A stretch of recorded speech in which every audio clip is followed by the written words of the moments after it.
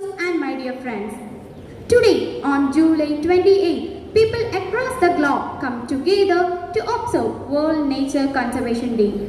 Nature gives us the air we breathe, the water we drink, and the earth we live. It is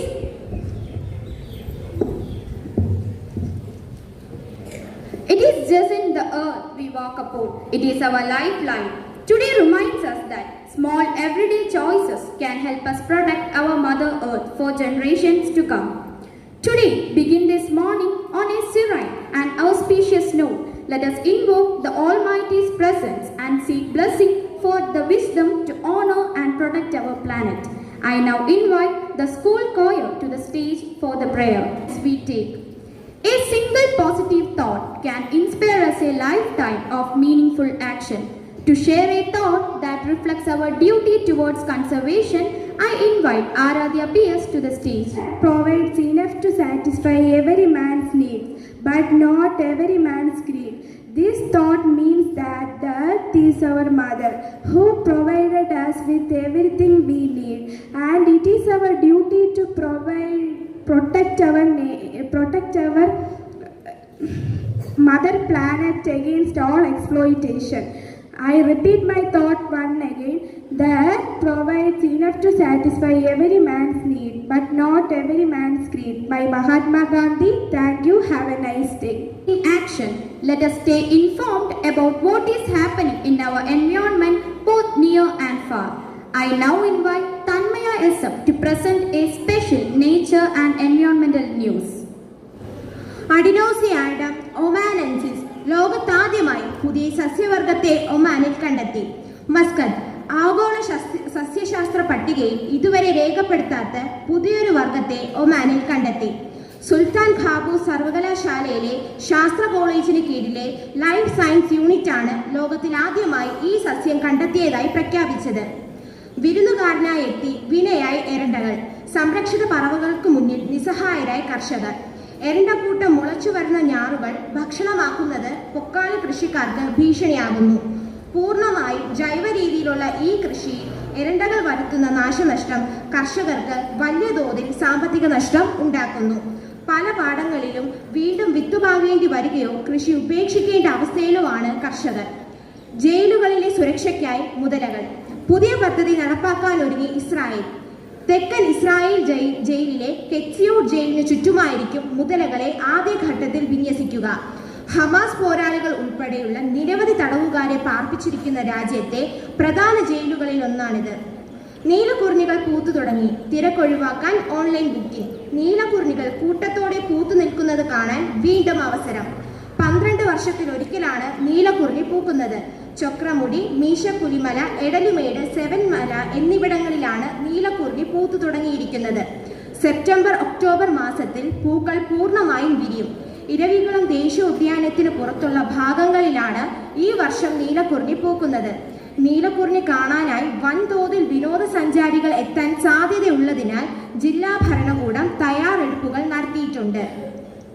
കൃഷിയിലൂടെ തിരിച്ചുപിടിച്ച ജീവിതം.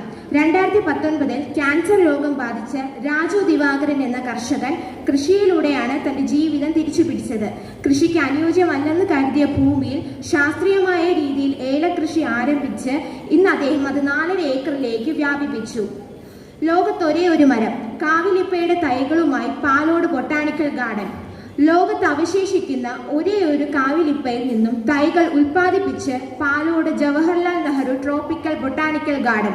ഭക്ഷ്യയോഗ്യവും ഔഷധ ഗുണവുമുള്ള അതീവ ഗുരുതര വംശനാശന ഭീഷണി നേരിടുന്ന കാവിലിപ്പയുടെ സംരക്ഷണത്തിന്റെ ഭാഗമായാണ് തൈകൾ ഉൽപ്പാദിപ്പിക്കുന്നത്. 500ഓളം തൈകളാണ് പാലോട് TBGRIയിലെ ശാസ്ത്രജ്ഞർ വളർത്തിയെടുത്തത്. വാതരോഗം, ദന്തരോഗം, ശ്വാസകോശ രോഗം എന്നിവയ്ക്ക് ഔഷധമായി കാവിലിപ്പയുടെ കാതൽ ഉപയോഗിക്കുന്നുണ്ട്. പൂക്കളും കായ്കളും ഭക്ഷ്യയോഗ്യമാണ്.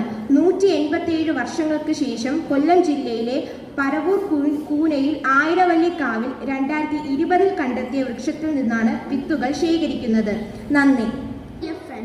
A warm welcome to all of you to our Natural Conservation Day celebration. Nature is our greatest treasure. It gives us clean air, pure water, food and a beautiful place to live.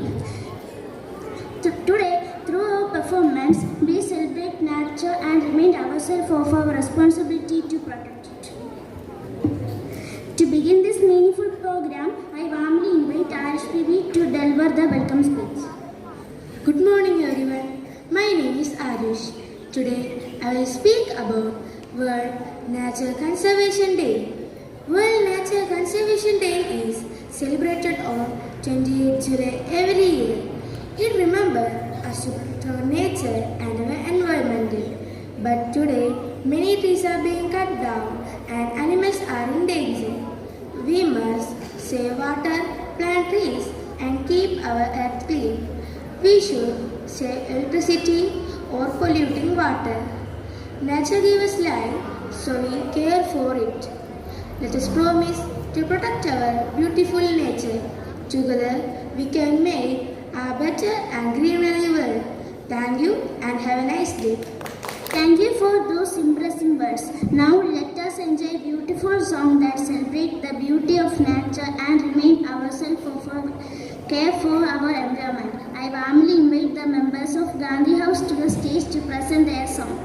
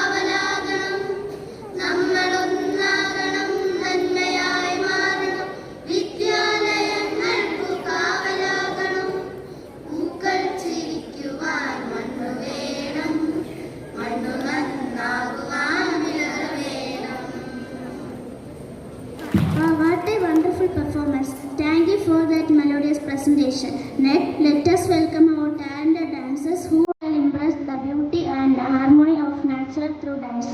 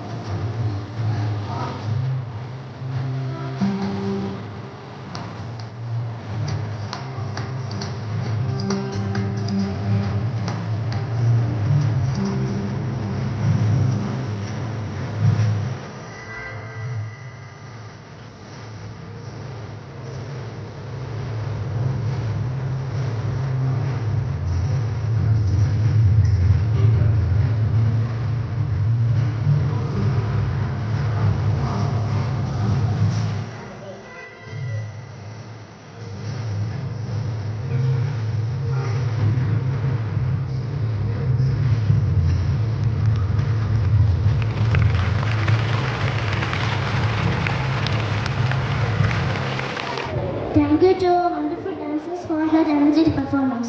Now, get ready for a comedy skit that carries a powerful message about protecting our environment. Ramankutty ഒരു കർഷകനായിരുന്നു. അവിവാഹിതനായ രാമൻകുട്ടി തന്റെ മക്കളെ സ്നേഹിക്കുന്നതിലേറെ മരങ്ങളെ സ്നേഹിച്ചു. പെട്ടെന്നാണ് രാമൻകുട്ടി ആ കാഴ്ച കണ്ടത്. വഴിയിൽ ഒരു ജാതി മരം വീണ് കിടക്കുന്നു. രാമൻകുട്ടി ഒട്ടും അമാന്തിച്ചില്ല. ആ മരം പൊക്കാൻ ശ്രമിച്ചു.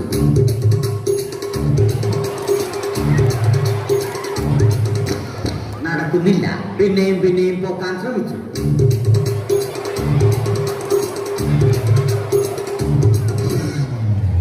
നടക്കുന്നില്ല. രാമൻകുട്ടി വഴിയെ പോയവരെ എല്ലാവരെയും സഹായത്തിന് വിളിച്ചു.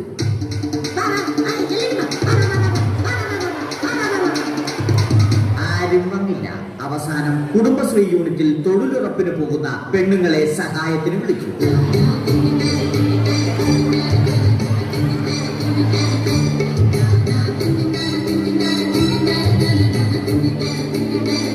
അവരെത്തി. അവർ അവരുടെ സ്ഥിരം പണി തുടങ്ങി. അത് കണ്ട് ദേഷ്യം വന്ന രാമൻകുട്ടി മരത്തെ ഒറ്റയ്ക്ക് പിടിച്ചു പോക്കി. അത്ഭുതമെന്ന് പറയട്ടെ, മരം നേരെ നിന്നു. ഇത് കണ്ട തൊഴിലുറപ്പ് പെണ്ണുങ്ങൾ രാമൻകുട്ടിയോട് നോക്കുകൂലി ആവശ്യപ്പെട്ടു.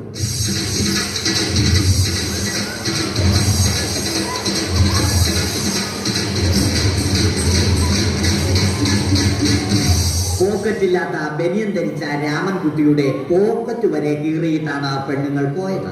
കുട്ടി പിന്നീട് ഒന്നും ആലോചിച്ചില്ല. മരത്തിന് ഹാക്ടംബോസ് 2020 സെപ്റ്റംബർ 14 നൽകി. മരം തഴച്ചു വളർന്നു. ഇത് കണ്ട രാമൻകുട്ടിക്ക് സന്തോഷം വന്നു. സന്തോഷം വന്നാലും ദുഃഖം വന്നാലും രാമൻകുട്ടിക്ക് മരത്തിനു ചുറ്റും ഡാൻസ് കളിക്കുക എന്നുള്ളത് രാമൻകുട്ടിയുടെ മാസ്റ്റർ പീസ് ആയിരുന്നു. ആ മാസ്റ്റർ പീസ് രാമൻകുട്ടി ഇവിടെയും എടുത്തു.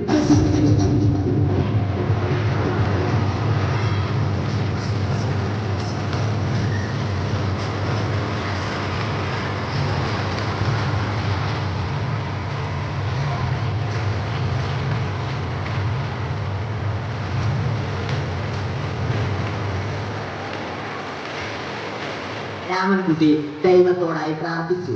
നിങ്ങൾ എനിക്ക് ആയുസ്സും ആരോഗ്യവും തരൂ. ഞാൻ മരങ്ങളെ സംരക്ഷിച്ചു കൊള്ളാം. കാരണം മരം ഒരു വരമാണ്. അവന്റെ പ്രാർത്ഥന ദൈവം കേട്ടു. ആ മാവിൽ നിന്നും വീണ തേങ്ങ രാമൻകുട്ടി മോങ്ങാതെ ഇരുന്നു തിന്നു. അപ്പോഴാണ് രാമൻകുട്ടി മറ്റൊരു കാഴ്ച കണ്ടത്. രാഘവൻ വരുന്നു.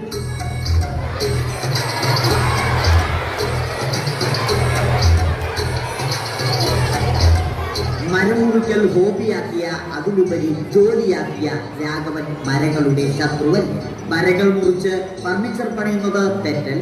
അവനെ ഇതിൽ നിന്നും പിന്തിരിപ്പിക്കണം. അവർ തമ്മിൽ ഒന്നും രണ്ടും പറഞ്ഞു. സംസാരം മൂത്ത് വാക്കേറ്റമായി. അത് പിന്നെ അടിയിൽ കലാശിച്ചു.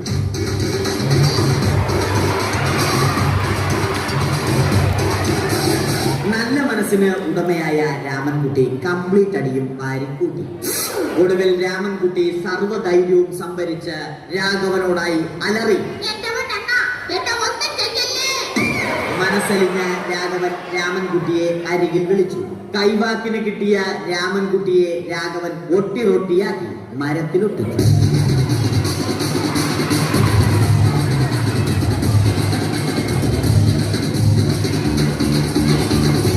ഇന്നത്തെ പണി കഴിഞ്ഞ രാഘവൻ സംതൃപ്തിയോടെ വീട്ടിലേക്ക് മടങ്ങി. തനിക്ക് തല്ല് കിട്ടിയാലും മരത്തെ രക്ഷിക്കാൻ പറ്റിയ സന്തോഷത്താൽ രാമൻകുട്ടി മരത്തെ കെട്ടിപ്പിടിച്ച് പൊട്ടി പൊട്ടി കരഞ്ഞു.